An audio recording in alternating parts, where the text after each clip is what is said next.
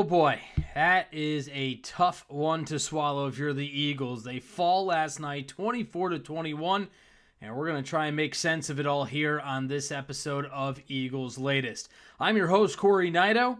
Happy Monday, question mark.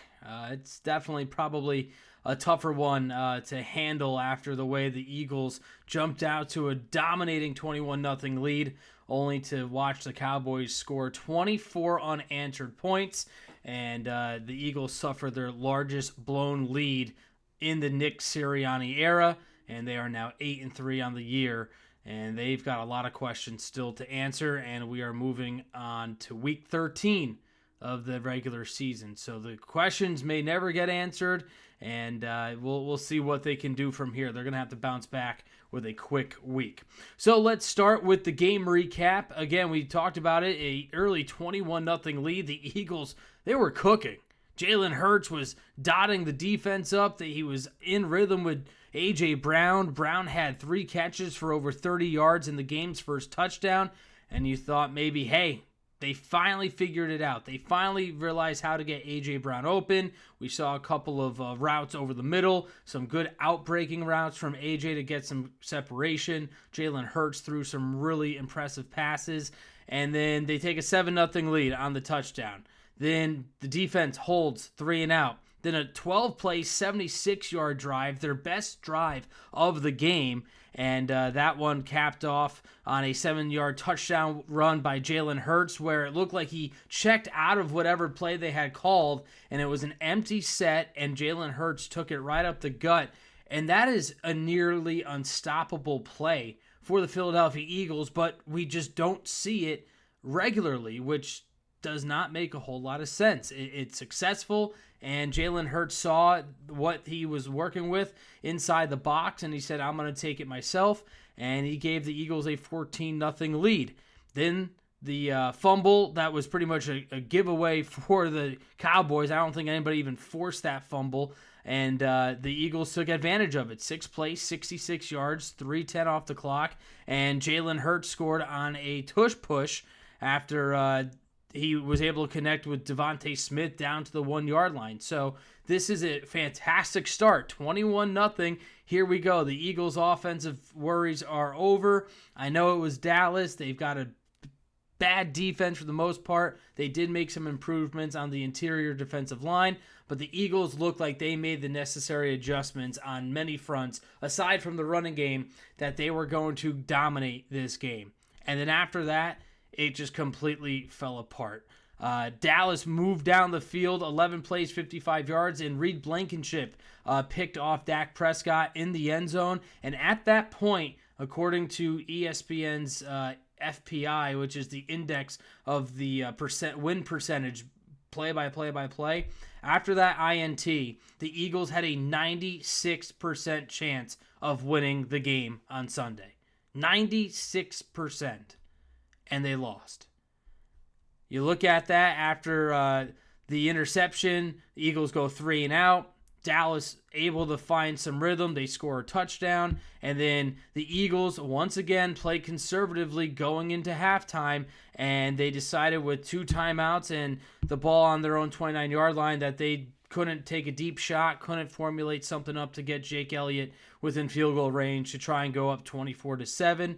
Nick Sirianni said in his postgame last night that he looked over all those scenarios over the last 15 seasons or so, and the math wasn't mathing, and he opted to essentially just go to the locker room up 14 points. Eagles got the ball to start the third quarter, and the offense never looked the same again. You look at the drive summary for the Philadelphia Eagles, 3 and out, 6 plays, 18 yards, punt, 3 and out, missed field goal, fumble, and then punt.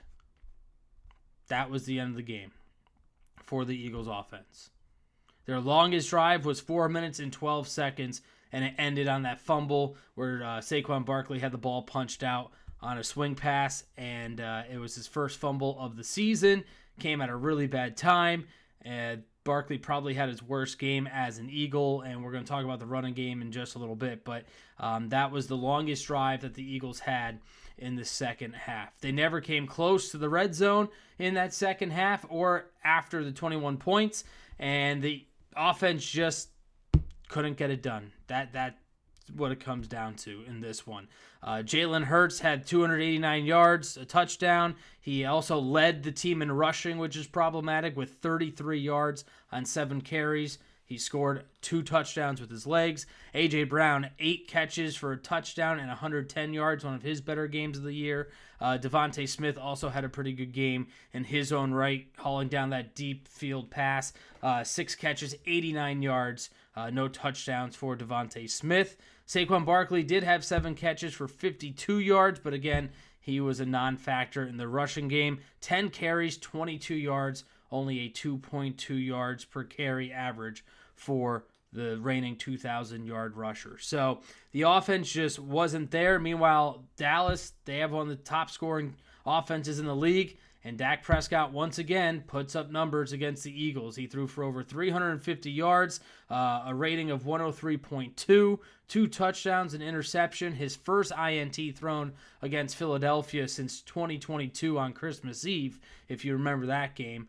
Javonte Williams had 20 carries for 87 yards. He averaged 4.4 yards per touch, the first running back in the last month to average over 4 yards a carry against the Eagles defense. George Pickens lit up the secondary, 9 catches, 146 yards, averaging 16.2 yards per carry per catch, and a touchdown on 9 targets. CeeDee Lamb had a couple more drops. I'm not sure what his problem is when he plays the Eagles, but he has had at least 3 to 4 drops in each of the 2 regular season meetings. He finishes for 75 yards on 4 catches, no touchdowns, with his longest being 48 yards. So that's kind of your game recap. 21 points for the Eagles in the first half, zilch in the second.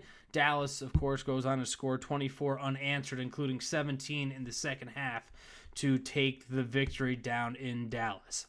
So with that said, we're going to start talking a little bit more problematic things regarding the Eagles. We're going to start with the offense.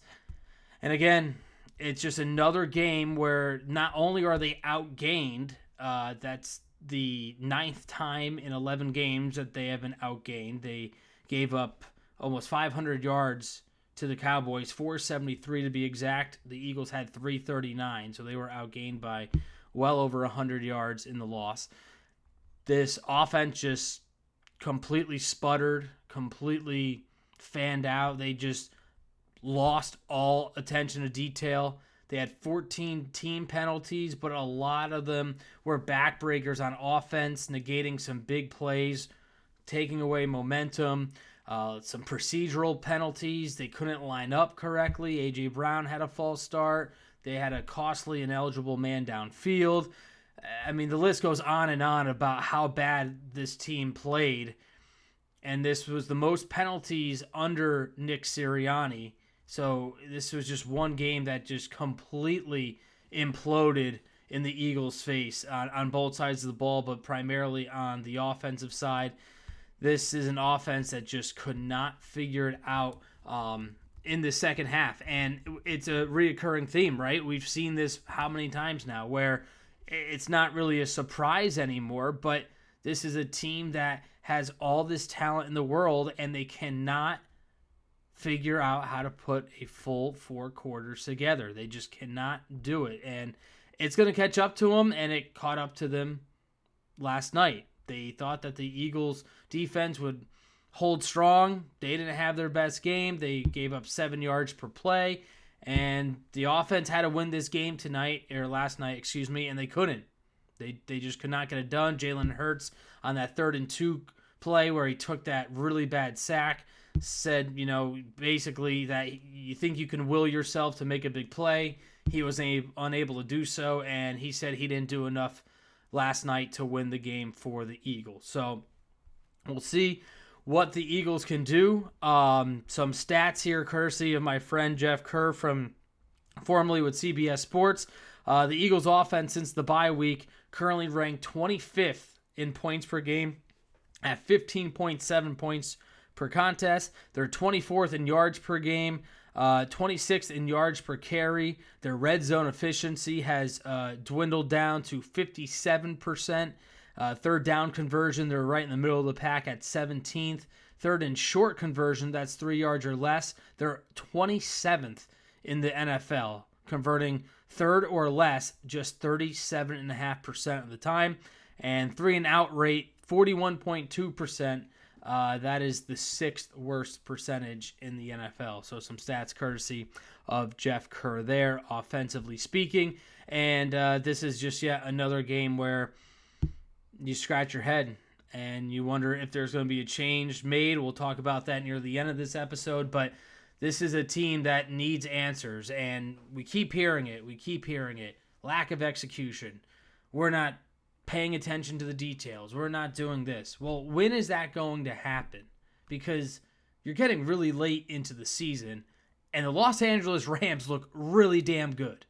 Really damn good. And it took the Eagles basically a miracle win at home to beat Los Angeles. So you got to kind of have that in the back of your mind as we're hitting the home stretch of the season that, hey, maybe the Rams are the team to beat and not the defending Super Bowl champs in the Eagles at this point in time, especially with the way the offense played on Sunday. With that said, we're going to switch over to the defense here. They also struggled. I wouldn't say they were the main culprits in the loss last night, but they certainly didn't help the cause after playing really good football in the first half. They held this high-scoring Dallas Cowboy offense led by Dak Prescott and company to just 7 points, but they just ran out of gas. I don't know exactly what you want to call it or how you want to describe it, but they also didn't have their best game. The pass rush wasn't as successful or as prevalent as we've seen it in the past. They only sacked Dak Prescott once. They did force an interception. They were able to get the fumble, as I mentioned, but that was more of a gifted fumble there earlier in the first half. But this is a defense that played a lot in the second half. They were on the field a lot, as I mentioned. Offensively, the Eagles' longest drive in the second half was 4 minutes and 30 seconds, I believe it was. It was that fumble drive with Barkley, and that was 4 minutes and 12 seconds, so not even 4.5 minutes. So you're looking at drives of 1:27, 2:09, 2:16, 3:53, 4:12, 2:03. Now, you talk to anybody on the defense, they're never going to say, oh, well, that's why we lost, that's why we didn't play well. They are going to say our job is to stop the offense no matter where we are, no matter how many times, that's our job. And at the end of the day, yes, that is true.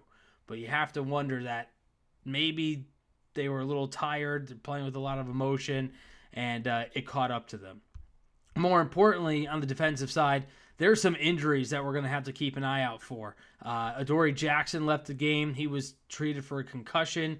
Drew Makuba, the rookie safety, got injured near the end of that game. He was seen in a walking boot and in crutches. So with the short turnaround with the game on Friday, we'll see. But there's a good chance that the Eagles might not be with Drew Makuba, and Reed Blankenship also left that game last night with a thigh injury, and he didn't return, and we saw Sidney Brown play. So there could be a possibility where the Eagles are down their 2 starting safeties, depending on the severity of the injuries. Again, we'll have to monitor that as the week progresses, but really some injury news there. Moro Ojomo also left the game with an apparent hand injury. It was reported that it was wrapped up pretty good. And that's some concerning injuries on the defensive side because those are some key players. Obviously, Ojomo's been great. He leads the team in sacks. He's had a really solid season.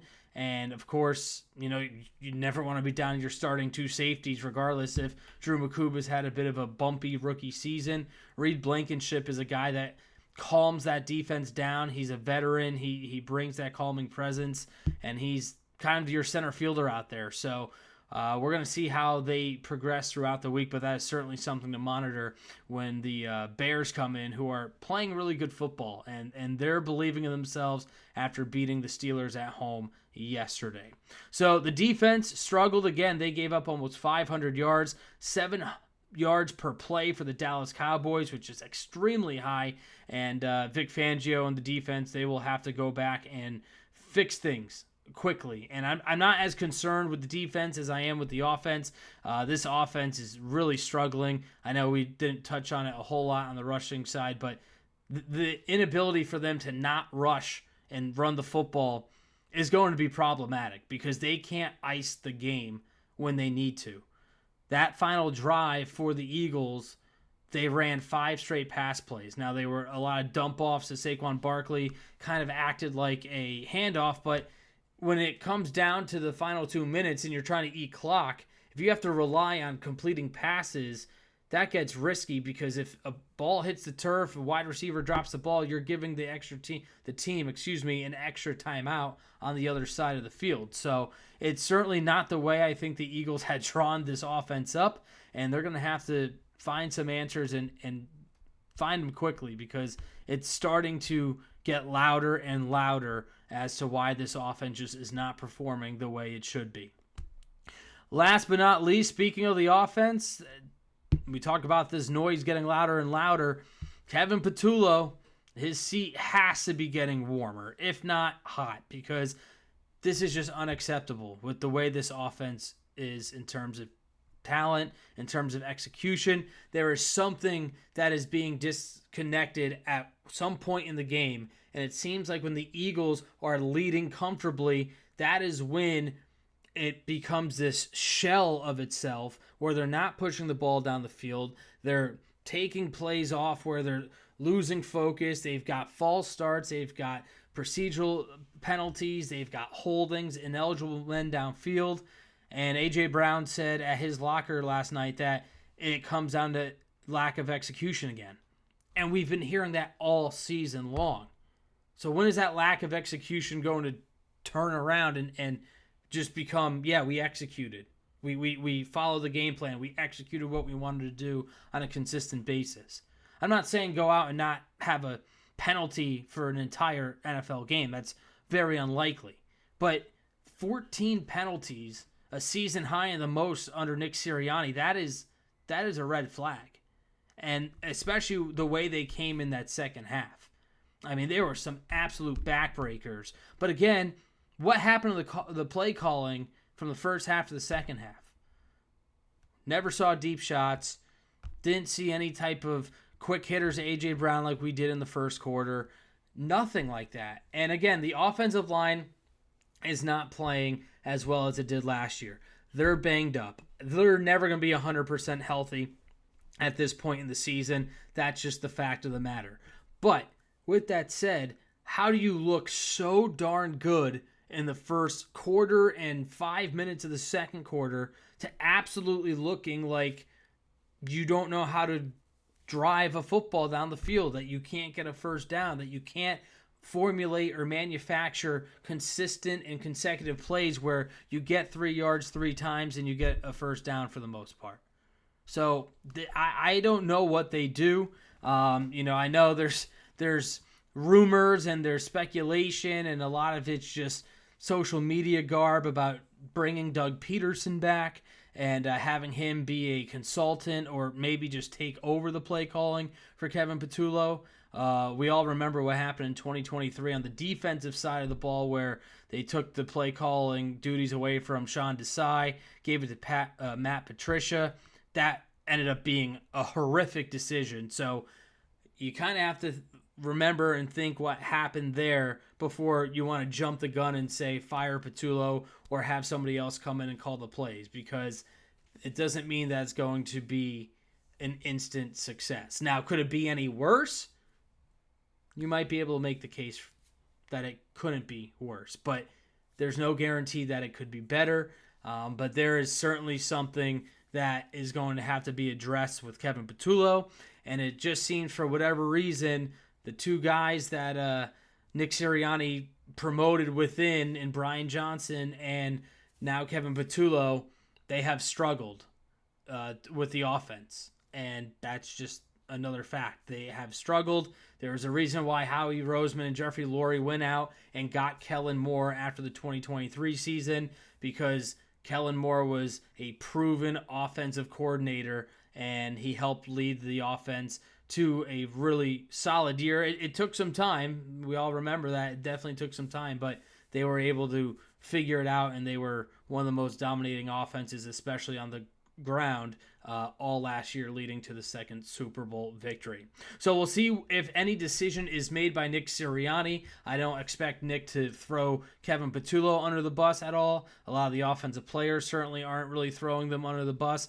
When asked about more in-depth offensive questions and schemes and strategy, they kind of say, hey, that's a question for KP. So KP has to answer. Unfortunately, when you listen to Kevin Patullo's talk, he says a lot of nothing. It's a lot of word salad, and there's not a whole lot of substance there. He just kind of says, oh, it's a game-by-game basis, and this game dictated this or this dictated that. The Eagles have to get back to dictating what they want to do on offense. They don't let the defense dictate what they do, and that's what it seems like has happened for the majority of this season. So we'll see if there is any change regarding play calling. We saw the Lions make a change with Dan Campbell. Didn't pan out that well against the Eagles, but it kind of worked against the Giants yesterday, although the Lions almost had a scare at home against the 2-win G-Men. Other than that, that's going to about do it for us here on this episode of Eagles Latest. There's a lot to break down. We'll go over this game a little bit more tomorrow. Try not to beat a dead horse with it. We do have a quick week with the Chicago Bears coming in for that Black Friday game as the Eagles return home. But nonetheless, there are certainly issues and topics to discuss before kickoff on Friday. As always, thanks so much for tuning in. Make sure you subscribe, drop a like, and drop a comment. Let me know your frustrations about the loss last night. What worries you the most about the offense? Is it the lack of the rushing attack? Is it the play calling still? What is bothering you the most? And what can they do to fix it, or what do you think they should do? Again, my name's Cory Nidoh saying thanks so much for tuning in, and we'll talk to you tomorrow.